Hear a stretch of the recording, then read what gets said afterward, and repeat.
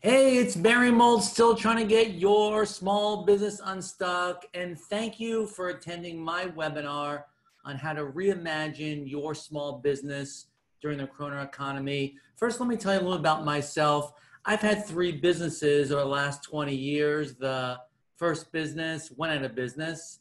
The second business, I was kicked out by my 2 partners about 2 weeks before my first son was born. And the third business, which actually started 2 weeks after my first son was born.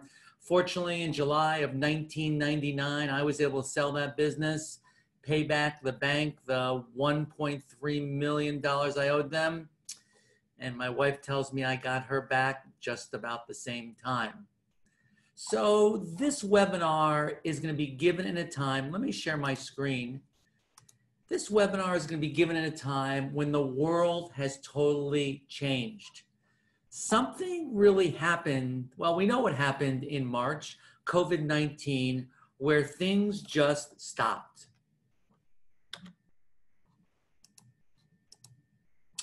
But the good news about the world changing is I was actually able to check something off of my bucket list. I was able to enter a bank with a mask on. That's not something you can do all the time.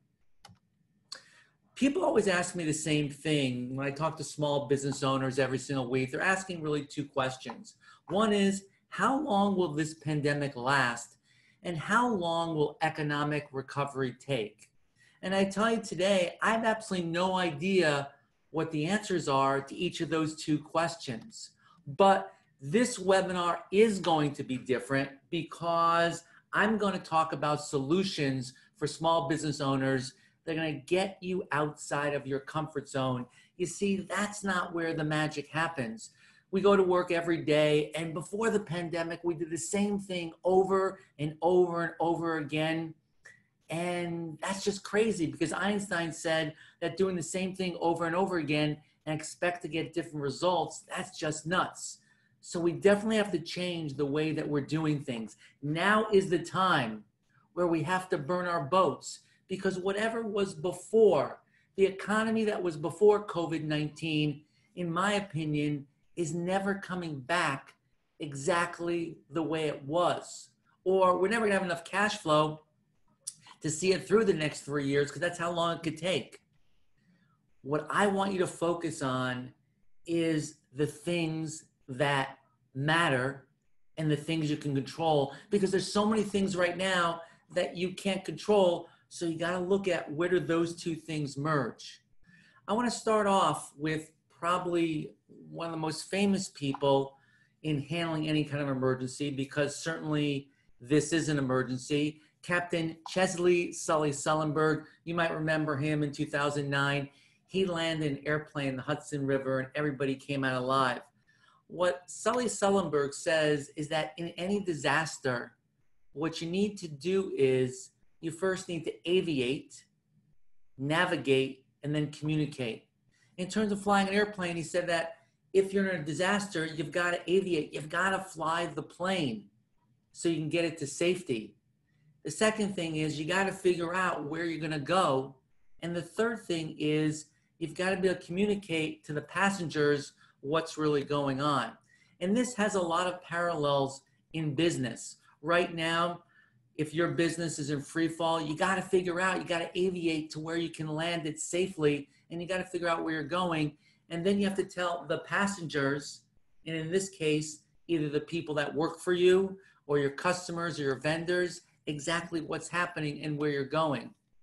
In business, the most important thing to do is to aviate, and the business is always about people first. You've got to be able to take these people and tell them where they're going. You've got to be able to consider these questions, because if you think you're freaking out, your people are definitely going crazy.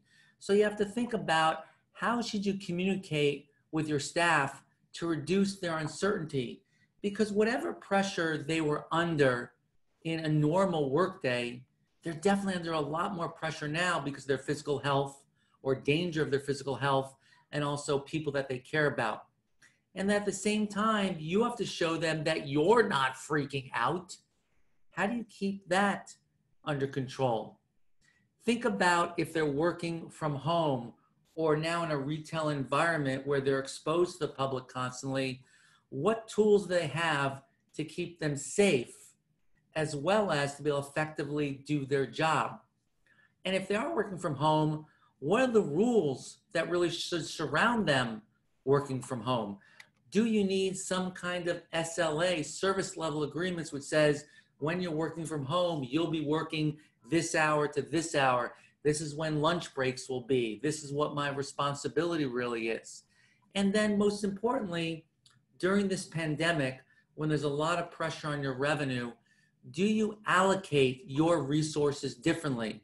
I really believe you have to focus on spending money on folks that bring in the revenue or deliver the service or product to the customer, everybody else's overhead. And then if you don't see in the immediate future going to have enough cash flow to keep going, when should you let people go? And if your state is reopening, when should you have people come back into the office or to your retail location? These are all things that we have to consider. When you talk to your customers, you have to ask them really only one question. There's really only one question that really matters to the small business owner customer today. It's, first of all, picture a world where people rarely leave their home, or when they do leave their home, they fear for their safety. That pretty much defines what we're going through right now. If you picture that kind of world, what does your business look like? Because in that world, there definitely are winners and losers. Businesses that fit into that, and businesses like high contact ones that are going to have a more difficult time. One of my clients, Keith Schacht, who's the CEO of Mystery.org, he says the best question to ask customers is, if you could wave a magic wand and make your life easier, what's one challenge you'd have right now that you'd love to go away? Because now you're focusing on the pain that the customer really would like not there to be anymore. So it is time, no matter where you are in your small business, you've got to reimagine it, because you just can't hold on until this is over. The market economy has fundamentally changed, in my opinion, for at least the next 3 years. So you've got to reimagine your business. And there's been a lot of fun out there. People are starting to reimagine their logos. McDonald's with the golden archers, they're not joined together anymore. With Nike, they're encouraging you to stay home, just don't do it. Starbucks has their mascot with a face mask on, and the two MasterCard circles are no longer joined together, but they're separate. And people are also having fun reimagining their taglines. Allstate, instead of being in good hands, you are in good gloved hands. Or AT&T, reach out, instead of touch someone, you're going to Zoom someone. And in Charmin, of course, please don't squeeze the person buying the last roll of toilet paper. Just some fun things. We have to understand that safety is the new luxury. I can't emphasize that too much, because safety is what is in every small business customer's mind. And I think that Hertz has done a great job of this by teaming up with Clear, where people want a contactless experience, whether it's when they're getting their takeout delivered, they want it to be contactless. When they go rent a car, they don't want to touch anything anymore. So Hertz has done a great job of putting stickers on their rental cars that says, this car has been cleaned, and there's a sticker on it, it's been sealed, no one else can get into it. And also, when you check out with Hertz, if you're a member of their Gold Club and you sign up with Clear, you actually can check out your car through the gate just by looking into biometrics, and you're already signed up for that. So you can go to your car, you can make sure that it is clean, no one else has been inside, and you can actually drive out just by looking into a piece of Clear technology. To me, that's amazing. I have been an American Airlines client for, I don't know, it's got to be 35 years. I've got 2.5 million miles in that airline. I have stopped flying American because I'm concerned about my safety. They're filling middle seats. Southwest Airlines is not. So I've decided to now fly Southwest to my locations. Because of safety, I've switched my loyalty after 35 years. So that's the good news for you as a small business owner. Loyalty now is really up for grabs. People are totally reimagining business. Look at the makeup companies. They're now focusing on eye makeup for women, everything that's above the mask. There's a local retailer here. I know it's a national chain called Aritzia, where when people are coming into the store, and of course they line up outside because there's only a limited amount allowed in Chicago in the store, their greeter now is someone in a medical outfit to show that they're concerned about your safety. She has a clipboard, again, looks very much like a doctor. So the message that they're saying to the people that visit their women's clothing store is that they care about your health. Now, traveling has been very difficult. A company that I used in the past called Wild Frontiers to go on all sorts of different adventures, you used to have to spend thousands of dollars in order to reserve your trip with them. Now, $32 throughout July to reserve your trip. They're thinking differently to get people going. I love this example. This was supposed to be the last year of the AAA baseball team, Pawtucket Red Sox. They were moving to a different stadium from McCoy Stadium. And of course, the season was canceled. So now what they're doing is they're reopening the stadium and to outdoor dining. And it's to dine on the diamond. It's a brilliant idea and have, I guess, hot dogs and whatever else and beer when we're at, we would see a baseball game, but instead we're dining on the diamond. AMC, of course, has been closed for a very long time, although it's opening up in some states now, but they've shifted to showing movies on demand instead of going in person. Airbnb has moved to online experiences. You also see gig economy folks like TaskRabbit, where they used to be really focused on connecting you with people that could build things in your home or move or do various craftsman's jobs in your home. Now they're focusing on delivery and shopping is what people really need. Whole new business models, things that we never thought we would do online. People like SoCal Canine is training your dog online, but we're seeing that with all sorts of different kinds of yoga classes. I'm taking my karate class online. Now, it's not the best, but it's better than nothing. And those things are really coming along. So there's other ways that people are reimagining their business. Hotels are offering their rooms for hospital workers and quarantine patients because they're not really filled at all. Airlines, since they're not flying as many passengers, they're now flying cargo. Restaurants are selling groceries. NBA stars, before the season gets started, they're actually competing in online NBA games. And tour companies are marketing virtual walks of places where they used to go in person so the client can see those for a very small fee. We have to think about how can we safely travel in the future. RVs are having a huge resurgence now because people can control their environment. Will Airbnbs beat out hotels where you go into a place, you clean it once and you're done and there's no one else around? Is this the future of restaurants? This is somewhere in the Scandinavian countries where you sit in a little box and the server comes and stands outside and gives you your food. People are doing this all the time now. For your small business, now is the time to reimagine. And there are 3 steps on how to pivot your business. The first one is you need to create a complete inventory of your company assets. And when I mean a complete inventory, think about the secret sauce of your company. What are really the skills you have? What data have you collected about your customers that can be useful elsewhere? What proprietary relationships and access do you have? And what else can your people be doing? What is the most valuable skill your company actually has? There's a client of mine who runs the largest office supply products on Amazon, and people were not using so many office supplies because they're not going into the office.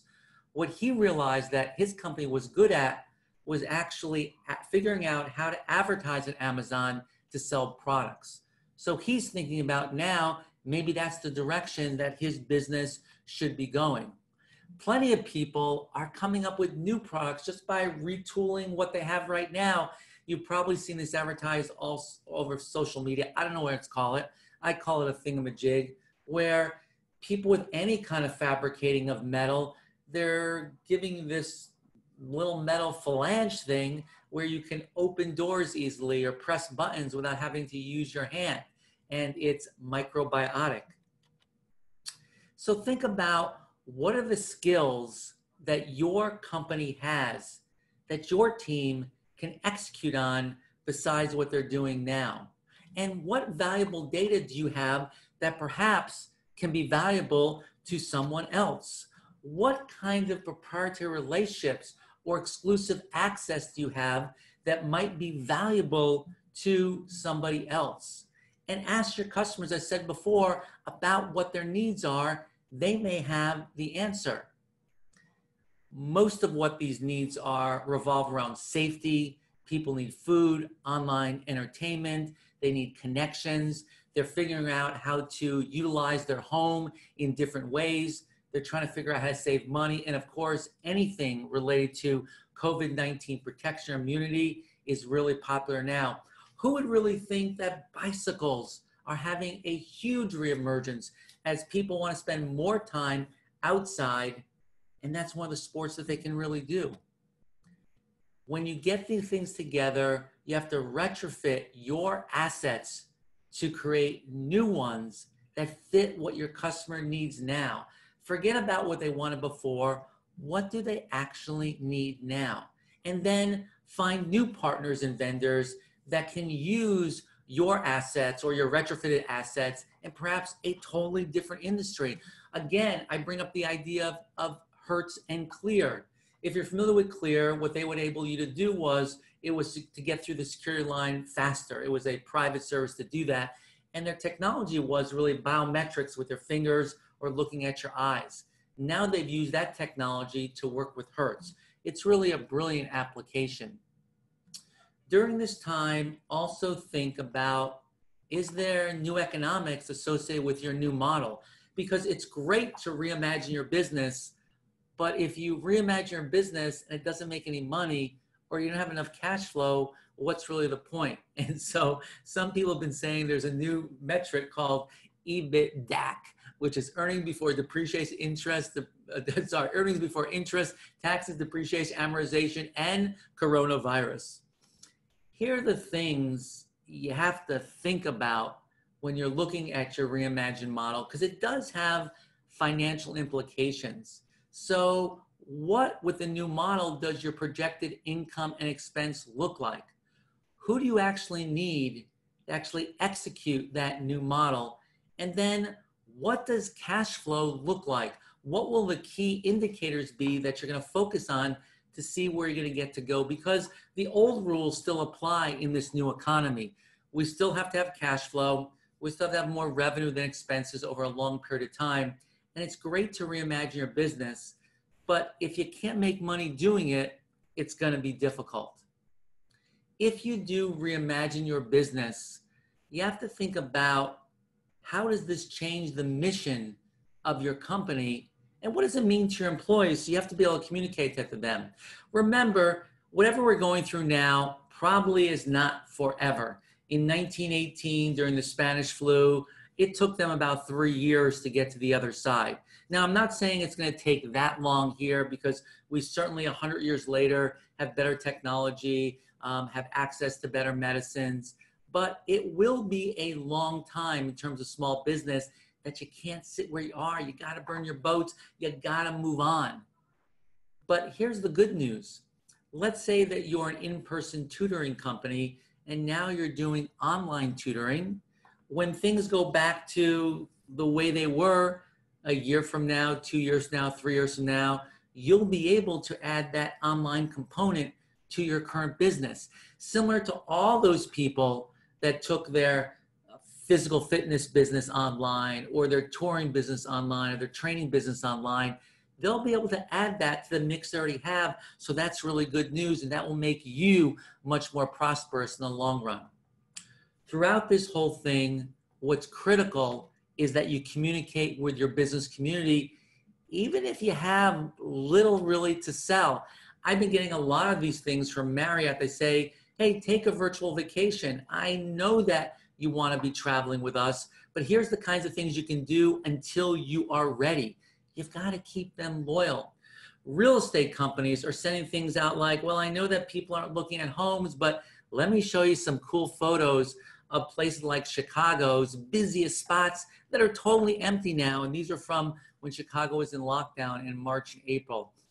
One of my real estate brokers, she used to send me a card every week that said, hey, here's some great outdoor activities to do in Chicago. There's all these festivals going on. And now she sends cards about, here's the great indoor activities to be able to do with URLs that are right there on the card. One of my favorite clothiers, Icebreaker, they want to keep you connected to their company. While you might be buying less clothes, you still can join with the company. And here they're suggesting, hey, why don't you join basically with our personal trainers and you can sweat with us, just dial in locally. Fantastic way to stay connected, even if you're not buying a lot of Icebreaker clothing right now. Now, I know that change is very hard for us. Whenever we want to change, the brain fights against it because it wants to keep going in the way it's always gone, because the fear of the unknown is so much worse. But we know that change is good. We change our underwear every single day, or at least most of us do. We've got to adapt. We've got to be able to, just like the cockroach, and the cockroach survives really a long time because they know how to adapt to whatever goes on. Change only comes, I believe, when we have no choice and we have a lot less to lose. Now is the time during the pandemic where you really have no choice but to pivot, to reimagine your business, because you've got a lot less to lose. You've got a lot less to lose, guys. What was your previous revenue stream, your previous customers? They may not be there anymore. You have to start thinking like a startup, and you've got to take more risks. That's what makes startups successful. Now's the time to risk more things. I want to leave you really with one thing, which I learned during an interview with Terry Jones, who was the founder of Travelocity and the chairman of Kayak. He says that disruption and innovation are just two sides of the same coin, right? Disruption is when the market goes haywire, when someone comes in, changes everything, kind of like, Uber or Netflix. That's when someone else does it. Innovation is when you come in and you pivot and you reimagine and you change everything. Be the innovator instead of being disrupted. Please let me know if I can help you or your company and help small businesses all over the world reimagine their business, because now is really the time that we have to do that, because we really have no choice but to change. Thanks again for joining this webinar.